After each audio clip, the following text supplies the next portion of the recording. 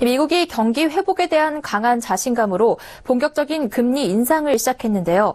이 영향을 받을 수밖에 없는 우리나라는 정치 불안과 중국의 사드 보복, 내수 침체까지 더해 녹록치 않은 상황입니다. 특히 그간 걱정만 해왔던 1,344조 원의 가계부채 부실화 문제가 발등에 불이 됐습니다. 미국 금리 인상이 우리 경제 전반에 미칠 영향을 짚어보겠습니다. 금융증권부 정훈규 기자 나와 있습니다. 안녕하십니까? 네, 안녕하십니까? 네, 정 기자, 이번 금리 인상을 선택한 미국 연준의 결정은 올해 추가로 총 서너 차례에 걸친 금리 인상이 시작될 것의 시발점이라는 점에서 빚을 진 우리 가계와 기업들의 고민이 더 커지고 있는데요. 관건은 미국 금리가 인상됨에 따라서 우리 금리는 더 얼마나 오를 것이냐는 점인데 한국은행은 그동안 미국이 금리 인상에 나서더라도 우리가 곧장 따라가지는 않겠다 이런 입장이지 않았습니까? 네, 한국은행은 가계부채가 더 증가하거나 부실화되는 것을 우려해서 반년 넘게 기준금리를 올리지도 내리지도 않아 왔는데요. 특히 이주열 총재는 가계부채 부실과 경기 침체 가능성을 고려해서 완화적 기조를 계속 이어가겠다고 공언해 왔습니다. 하지만 미국의 기준금리가 우리나라의 턱 밑까지 올라온 점을 감안하면 실제로 버틸 여력은 많지 않아 보이는데요. 우리나라 기준금리는 연 1.25%인데 미국 기준금리가 이제 0.75에서 1% 수준입니다.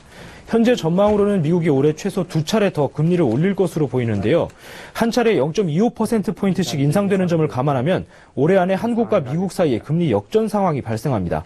이럴 경우 자본 유출을 막기 위해 한국은행은 기준금리를 올릴 수밖에 없는데요. 더욱이 한국은행 기준금리와는 상관없이 시장금리 상승의 영향으로 대출금리는 이미 오르고 있습니다. 최근 보름만 해도 은행권의 5년 고점 주택담보대출 금리가 0.1%포인트 넘게 뛰었는데요. 이 때문에 한국은행이 상환부담 증가를 우려해서 기준금리를 동결하는 데 대한 무용론도 제기되고 있습니다. 네, 결국 우리도 미국을 따라 금리를 올릴 수밖에 없는 상황인데요. 앞으로 미국의 금리 상승 속도도 걱정이 됩니다. 우리 가계가 지금 1,344조 원의 빚을 지고 있는데 상환 부담을 버텨낼 수 있을까 하는 점 때문이거든요. 우리 가계의 상환 여력은 어떻습니까? 네, 자산보다 부채가 더 많거나 아니면 번 돈의 40% 이상을 빚 갚는 데 쓰는 경우를 한계 가구라고 합니다. 이 한계 가구 수가 재작년에는 158만여 가구였는데 지난해 181만여 가구로 금리가 낮았는데도 오히려 15% 가까이 늘었습니다. 정부가 부동산 경기 부양에 나선 데다 집값과 비슷한 값에 전세를 사느니 한도를 꽉 채워서라도 집을 산 사람이 늘어난 탓인데요. 실제로 주택담보대출자 가운데 한계 가구 비중은 약 23% 수준입니다. 대출받아 집 산 사람 4명에서 5명 가운데 1명은 이미 이자를 더 낼 여력이 없다는 얘기입니다. 미국의 금리 인상 최종 목표는 3% 수준인데요. 현재보다도 2%포인트 정도 높습니다. 그런데 한국은행 조사에 따르면 대출금리가 1%포인트 오르면 한계 가구의 연간 이자 부담이 136만 원가량 증가하는 것으로 분석됐습니다. 또 이 경우 한계 가구 수도 약 7만 가구 더 늘어날 것으로 전망됐는데요. 상환 부담이 증가할수록 한계 가구에 새로 편입되는 가구 수도 늘어날 수밖에 없는 겁니다. 네, 원리금 갚기도 어려운 한계 가구가 늘어난다 이런 얘기인데요. 이렇게 가계부채 문제가 말 그대로 발등에 불이 됐는데 우리 정부는 어떤 대응 방안 내놓고 있습니까? 네, 은행권의 경우 이미 어느 정도 대비가 된 상황인데요. 정부는 지난해 은행에서 대출을 내줄 때 갚을 능력을 철저히 확인하도록 여심심사 가이드라인을 시행해 가계부채 질 높이는 데 집중해왔습니다. 은행들도 지난해 부실 대출 채권을 대량으로 정리하면서 현재 건전성은 미국이나 일본 등 주요국의 견조도 뒤처지지 않는 상황인데요. 문제는 은행권이 리스크 관리를 하는 동안 저축은행은 물론 대출이 본업이 아닌 보험, 증권, 카드사들까지 수익을 위해 대출 영업에 열을 올려왔다는 겁니다. 이 결과 지난해 은행권 가계대출 증가율이 연 10% 수준이었는데 이 금융권은 17.1%나 급증했습니다. 특히 은행과 달리 저신용자나 다중채무자, 자영업자 등이 몰려있기 때문에 이 금융권 대출은 금리 상승에 취약한데요. 정부는 지난해 은행권에 적용했던 여심심사 가이드라인을 전 금융권으로 확대하고 이 금융권에 대한 현장 점검과 리스크 관리를 대폭 강화하기로 했습니다. 또 가계부채 비상관리 체계를 구축해 매주 가계부채 동향을 점검하는 등 모니터링도 강화할 계획입니다. 네, 이렇게 지난해 이금융권 대출이 늘어난 것은 서민들이 은행에서 대출받기가 어려워졌기 때문이잖아요. 관리가 필요하다는 점은 이해하지만 당장 돈이 필요한 서민들 입장에서는 어쩔 수 없는 것 아닙니까? 네, 어려움에 처한 계층에 대해서는 정부 지원이 있어야 마땅한데요. 정부는 전 금융권의 대출 문턱을 옥죄서 리스크 관리를 하면서 반대로 어려운 사람들을 위한 서민금융의 문호는 기존보다 더 넓히고 있습니다. 정부의 서민금융 지원 강화 방안에 대해서 정한희 기자가 정리했습니다. 가계빚이 멈출 줄 모르고 급증하자 금융당국은 은행권 대출 조이기에 나섰습니다. 그러자 은행에서 돈 빌리기 어려워진 서민들이 이금융권을 찾는 풍선 효과로 이금융권 대출이 급증했고 대부업과 카드론, 마이너스 통장 대출 등이 기승을 부리기 시작했습니다. 그런 사람들의 높은 금리로 대출을 받아서 이제 사용하기 때문에 소비 여력이 더 제한이 되고 영향이 더 나타나고 있기 때문에 이들을 위한 어떤 차별화된 소득 지원 대책이라든지 금융 지원 정책이라든지 필요합니다. 이에 정부는 이달 중 정책성 서민자금 제도 개선 방안을 내놓을 계획입니다. 미소금융 지원 기준과 햇살론 소득 기준을 완화하고 세이막 홀씨 생계자금 지원 한도도 3천만 원까지 확대합니다.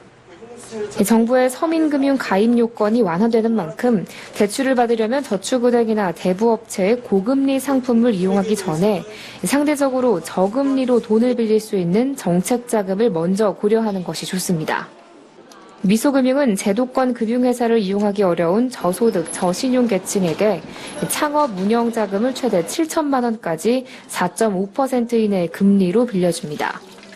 대부업체나 저축은행에서 연 20%대의 고금리를 부담해야 했던 서민들을 위해 상호금융권에서 연 7.25%의 비교적 저금리로 돈을 빌릴 수 있는 햇살론도 있습니다.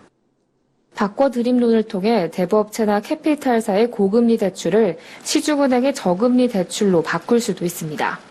서울경제TV 정한입니다. 네, 미국 금리 인상에 따른 좀 다른 측면도 살펴보죠. 빚을 진 분들 입장에서는 안타까운 소식이지만 투자자들 입장에서는 호재인 측면도 있다면서요? 네, 금리가 오르면 돈 굴리기는 더 쉬워지기 마련인데요. 미국의 금리 인상은 경기 회복의 신호탄으로 해석돼서 주식시장에서도 긍정적인 재료로 작용할 전망입니다. 김성훈 기자가 미국 금리 인상에 따른 금융시장 전망을 짚어봤습니다. 오늘 코스피는 어제보다 0.8% 오른 2150.08에 마감했고 코스닥도 0.85% 오른 612.88에 장을 마쳤습니다. 미국의 금리 인상으로 외국인 자본 유출이 우려되는 상황에서도 국내 증시가 이처럼 강세를 보이는 것은 금리 인상이 예측 가능한 변수였기 때문입니다. 금리 인상 자체보다는 오히려 금리 인상 속도에 관심이 쏠렸지만 이마저도 제닛 옐런 의장이 점진적 인상 기조를 이어갈 것이라고 밝히면서 안도와 함께 글로벌 경기 개선에 대한 기대감으로 증시가 상승세를 탄 것으로 풀이됩니다.